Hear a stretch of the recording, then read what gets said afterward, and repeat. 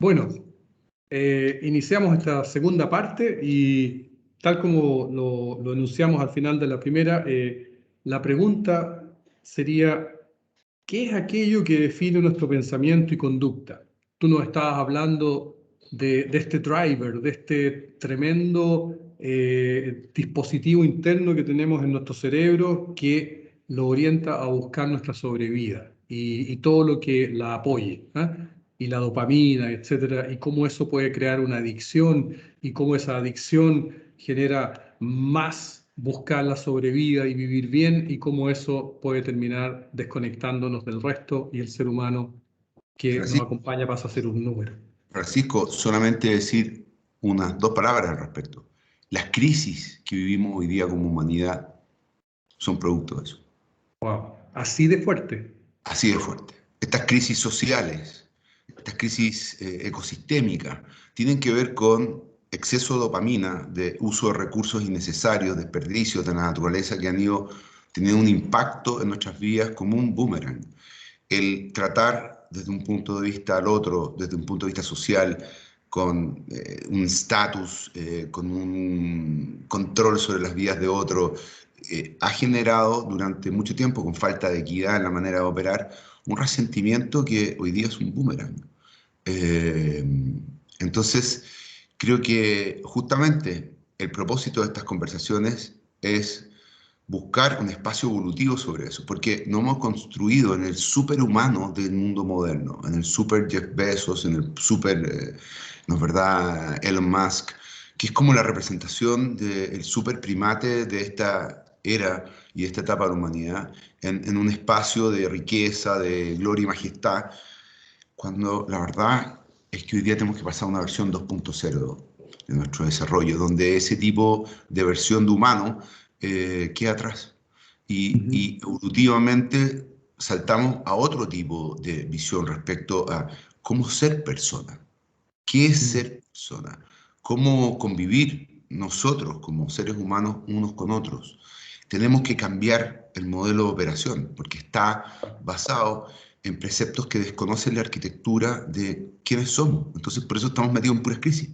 Son, por ejemplo, suponer que alguien que va a ser millonario va a repartir plata es una suposición más bien centrada en querer reforzar un modelo económico, pero la realidad opera que el que tiene plata cada vez se mete más plata a sí Busca mismo, tener más. Claro. al resto, y Se busca genera un más. monstruo, una deformidad.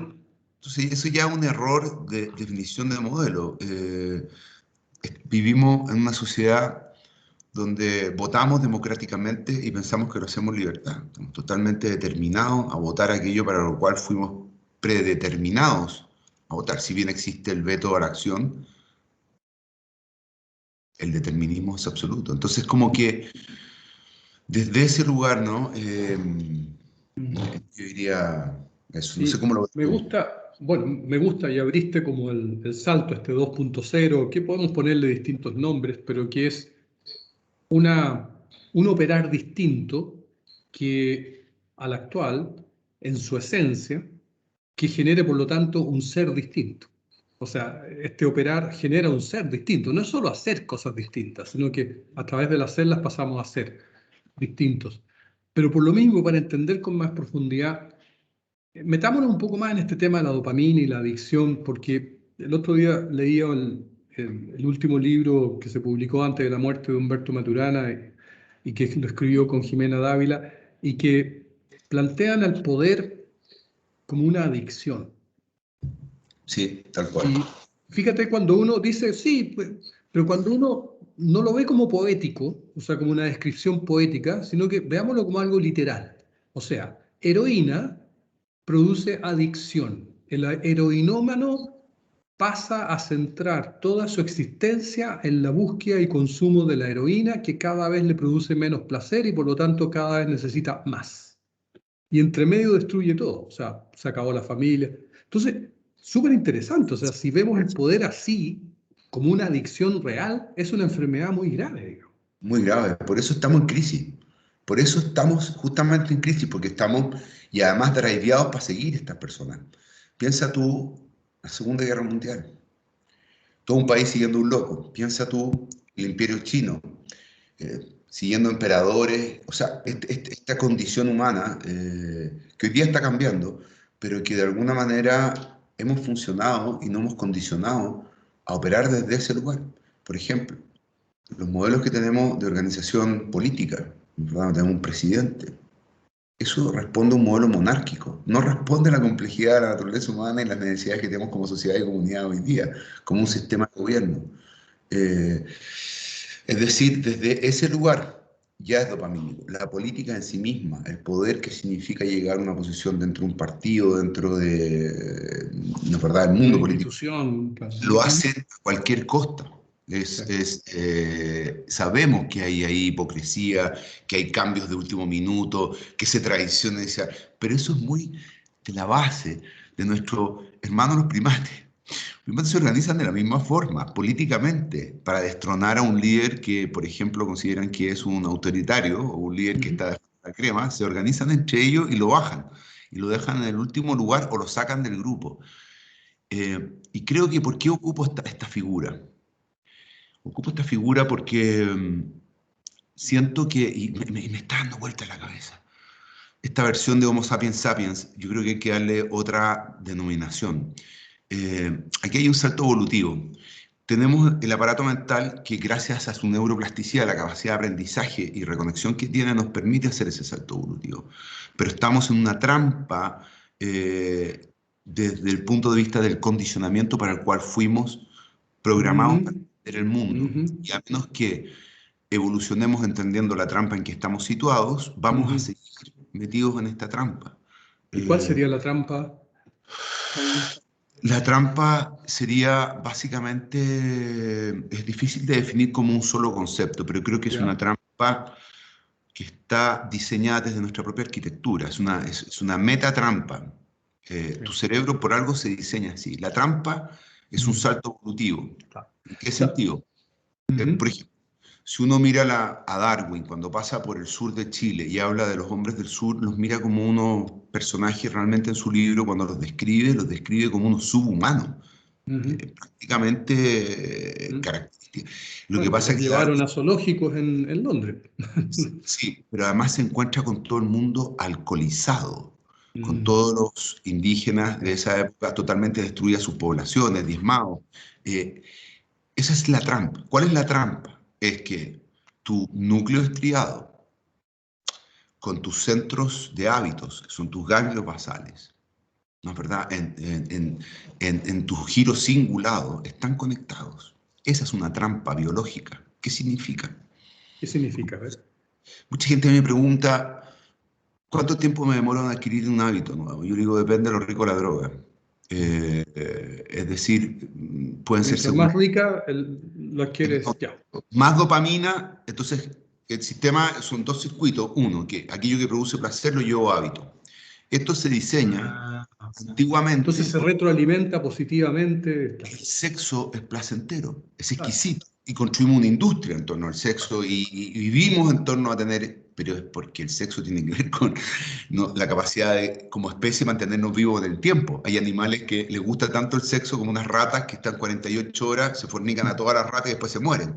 Ese driver de placer, que es como verdaderamente un sexómano, no sé, como una rata vuelta loca, por la dopamina que esto es un driver en su ADN. Entonces, es placentero comer, ¿o no, Pancho? Vamos a los restaurantes, pagamos por comida rica, porque la comida es la que te da la glucosa y la energía para poder vivir. Un niño cuando por primera vez prueba un helado que tiene glucosa se desespera por comérselo, no se lo van a sacar de la mano, se vuelve loco, por primera vez encuentra energía en esa comida. Y entonces, estos modelos de hábitos y placer se diseñaron para comer bien, para poder, por lo tanto, la comida es un placer, busco la comida, el sexo es un placer, tengo sexo, el lugar donde vivo, la casa, es decir, todos estos aspectos tienen que ver con eso. Te puedo interrumpir porque se me viene a la mente una formulación de la trampa. Interrúmpeme, por favor, por favor. De la trampa. La trampa podría ser que creemos que todo lo placentero es bueno y resulta que no siempre es así.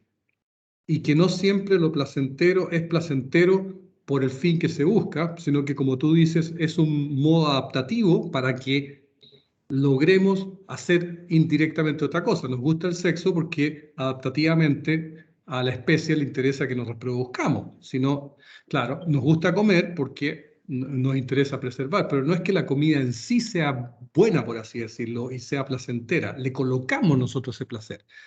Y el otro día leyendo a Lisa Feldman, ella plantea que una de las características de la mente humana, ya no tanto el cerebro, sino que la mente como construcción, es que cree la realidad que crea. O sea, una vez que nosotros, y esa es otra tremenda trampa, o sea, yo tengo que creer la realidad, pero es la realidad que mi cerebro está construyendo en estos momentos y Sin que duda. puede estar sesgada. Sin duda, es muy interesante lo que tú planteas. Ese sesgo tiene una denominación, se llama el sesgo de experiencia. Y que en el fondo es cómo construimos la experiencia. Bueno, nos estamos yendo un poco del propósito, pero es interesante esto. La construcción de la experiencia es un proceso bottom-up y up-bottom, es decir, de procesos muy básicos del cerebro a procesos mucho más complejos. ¿Qué significa? Yo construyo la experiencia a través de la percepción que tengo del entorno, que está limitada por mis capacidades perceptivas. Por ejemplo, tú percibes 3 colores. Hay animales que perciben 12 colores, o perciben luces Ah, infrarrojas, o o dentro de una cierta gama de sonidos, si no escuchamos los sonidos. Entonces, ultrasonidos, ya la percepción de la realidad está limitada por la capacidad de nuestros de sentidos los de... sentidos. Entonces, la construcción de la realidad en base a esa capacidad perceptiva, pero también está asociada a mis hormonas, también está asociada a mis emociones, Al y nivel de eso, energía que tengo, si estoy muy cansado, percibo menos, ¿o no? exacto, y eso se conecta con procesos superiores, mis experiencias, mis expectativas, mis historias, mi conocimiento, y cómo esto se confluye para decir esto es la realidad. Entonces, es muy interesante porque también esa es una trampa que es un sesgo inconsciente, estamos definidos para ser de esa manera. Inclusive, si el ser humano pensase en la angustia de la muerte, no podría vivir. También esa es una trampa, pensar que somos infinitos. A mí me encanta mirar videos de 1900 y veo las caras de la gente. Me dedico, Ujú. ¿verdad? En blanco y negro están los hermanos Lumière, Ujú. están varios de los primeros que sacaron ¿Ya? cámaras y se dedicaron a filmar cosas de 1896, de 1906.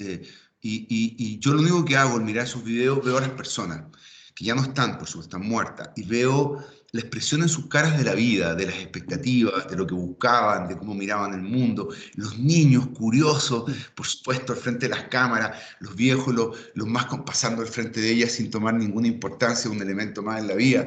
Y ya no están, y ya no están. Ujú. Y en algún minuto no podrían haber pensado que no iban a estar. Y sin embargo, ya no están y yo estoy. Y el poder tener esa posibilidad de estar mientras ellos no están y poder observar y aprender de lo que vivieron y pensaron, me permite a mí también entender cómo poder construirme y no caer en esa trampa. Sí.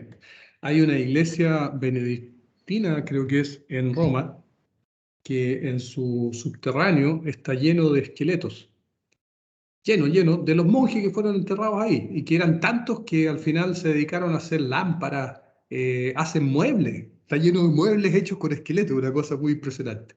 Y hay una calavera que te mira en un punto y tiene un letrero que dice, eh, eres lo que fui, serás lo que soy. Muy interesante, muy interesante, muy Entonces, interesante. ¿cómo conectamos con esto? Porque, claro, el cerebro, por un lado, decías tú, tiene un driver muy fundamental hacia la sobrevida, pero es bien complicado porque igual nos vamos a morir. O sea, el cerebro, desde esa perspectiva, estaría medio, Pero, Pancho, diseñado para a fallar. ¿Mm? disculpa, cuando tus pulmones se llenan de líquido, ¿no es tu propio cuerpo defendiéndote de una enfermedad y al mismo tiempo ahogándote? Sí, ¿Cuántas reacciones tenemos defensivas del mismo cuerpo que terminan matándonos y no permitiéndonos sobrevivir? Es decir, cierto. O sea, tampoco somos tan buenos en generar las respuestas adaptativas para sobrevivir. Muy buen punto, claro. Es muy cierto, ¿ah? Fíjate que mucha gente yo creo que no conoce eso. O sea, por ejemplo, la tuberculosis mata por la reacción que el cuerpo produce para pelear contra el bacilo. El bacilo es casi inerte, casi no produce daño. Es el cuerpo que se desespera de tener ese bacilo y genera toda esa secreción y destruye sus propios órganos. Pero bueno, estoy Oye, pero tratando ahí como de... eso es interesantísimo, fíjate, Esa es porque como otra trampa, porque sí, pensamos que nos hace bien defendernos, claro. sí, esa arquitectura ya imperfecta en el propio diseño, que también yo creo que es un sesgo, pensar que nuestra arquitectura biológica es como completa y objetiva y perfecta, es como, está en construcción. Y en la Eso. construcción comete muchos errores, ¿no? En su proceso evolutivo, porque esto es ensayo y error. Sí. Pero también, te interrumpo de nuevo, estamos aquí porque hemos tenido mucho más aciertos que errores, si no tú y yo no estaríamos hablando. O sea, pero de nuevo, o sea, es como que eso nos lleva a un sesgo de generalización. Entonces, por lo tanto, todo lo que hacemos está bien, porque si viene desde la naturaleza está bien. O por lo tanto, todo lo que nos da placer es bueno.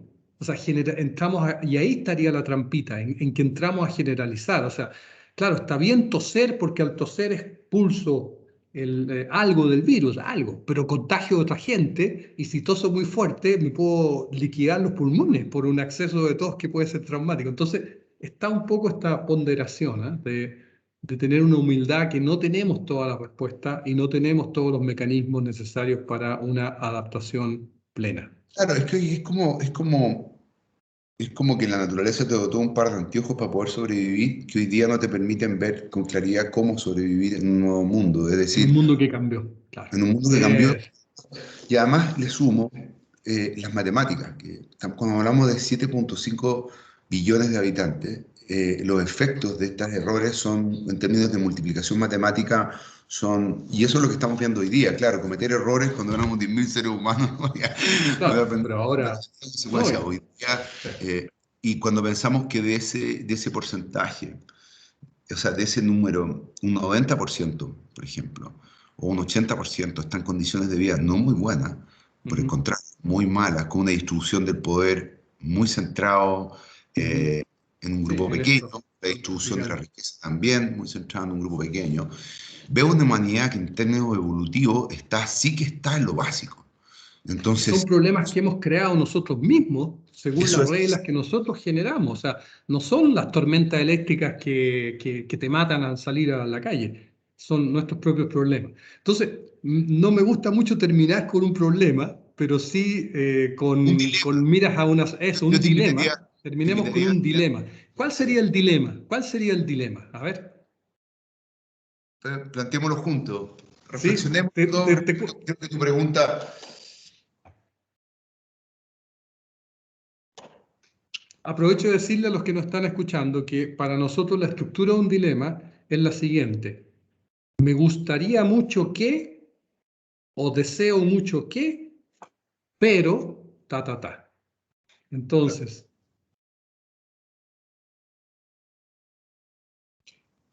Sí, yo te diría que el dilema se basa ¿no, verdad? En poder, de alguna forma, avanzar como humanidad de manera, no sé si de manera orgánica, hay que buscar algún término, de armoniosa podría ser, armoniosa entre nosotros y con el armoniosa, orgánica, entorno. adaptativa, propositiva, Ujú. pues, Pero, ¿no es verdad? pero, Tenemos una condición natural, biológica, desde una arquitectura que ha hecho que construyamos algo que no nos permite alcanzar esos objetivos. eh, o sea, para ponerlo en una metáfora, si fuéramos en un viaje muy hermoso, navegando, tú eres un capitán de mares, entonces navegando por ahí y queremos llegar a esa isla, ¿no es cierto?, muy, muy bonita, y pero miramos y resulta que parte del equipo que tenemos no opera, no está diseñado para operar de una manera que nos permita llegar a esa isla. O sea, tenemos que revisar el equipo que traemos. Y ahí hay un salto, y creo que eso nos va a llevar a otras conversaciones, porque es muy interesante lo que tú planteas, muy interesante, porque en estricto rigor lo que yo estoy viendo en términos del avance de la ciencia en el área en que estamos hoy día conversando, ¿no es verdad? Implica que el desarrollo humano, entonces, cómo evolucionamos. Claro. ¿Cómo cambiamos este equipo? ¿Cómo cambiamos? Y yo creo que, bueno, y ahí hay ahí, a ver, desde el punto de vista evolutivo, el cerebro respecto a otros órganos del cuerpo tiene una evolución que es más lenta. Por lo tanto, el proceso de acondicionarse rápidamente al contexto y generar un cerebro mucho más rico en términos de capacidad de procesamiento, regulación de emociones, procesamiento paralelo u otros elementos que hoy día la complejidad del entorno en que vivimos lo requieren, eh, está como limitado en su capacidad de hacer ese salto. Entonces, eh, hay que, eh, eh, me quedé pegado, disculpa. Destraba mucho. Bueno, es parte de la limitación que tenemos. O sea, nuestro cerebro también opera de una manera en que a veces no hacemos las conexiones o las hacemos de una manera muy frágil y se nos olvidan y se nos van. En fin, la escritura, ¿no es cierto?, surgió en la evolución de la sociedad como una manera de ayudar a nuestro cerebro a memorizar cosas importantes. Vamos, acá está. Gracias. Tiene que ver justamente con lo que tú estás planteando, ¿no es verdad? No sé, pues, nuestro cerebro tiene ciertas limitaciones. Pensar en el para qué y en el cómo no podemos hacerlo al mismo tiempo. Yo no puedo estar conversando contigo, reflexionando y al mismo tiempo estar escuchando a alguien que está conversando conmigo al lado derecho y tener estas dos conversaciones en mi cabeza. No lo puedo hacer. Son ciertas limitaciones. Entonces lo que viene por delante es una integración del humano con la tecnología. Es decir, es un humano que viene conectado a un aparato que lo neuroestimula para poder procesar más información, para podernos, ¿verdad?, llegar a desarrollar competencias que hoy día no tienen, capacidades de regulación emocional o cualquier estimulación que tú quieras generar en cualquier área del cerebro. Entonces, hoy día lo que viene es un humano integrado, es un cyborg, también un humano codificado evolutivamente, ¿no es verdad? Vamos a encontrar un humano que vamos a diseñar evolutivamente, o un humano que va a ser también desde el punto de vista del uso de la inteligencia artificial o la robótica, va a estar integrado con esto. Entonces, el humano que viene para adelante es... Por ahí viene. Sí. Sí. Perfecto, entonces un gran tema para la próxima, ¿te parece? Excelente, excelente. Vamos allá entonces. Sí, voy a cortar la grabación por ahora.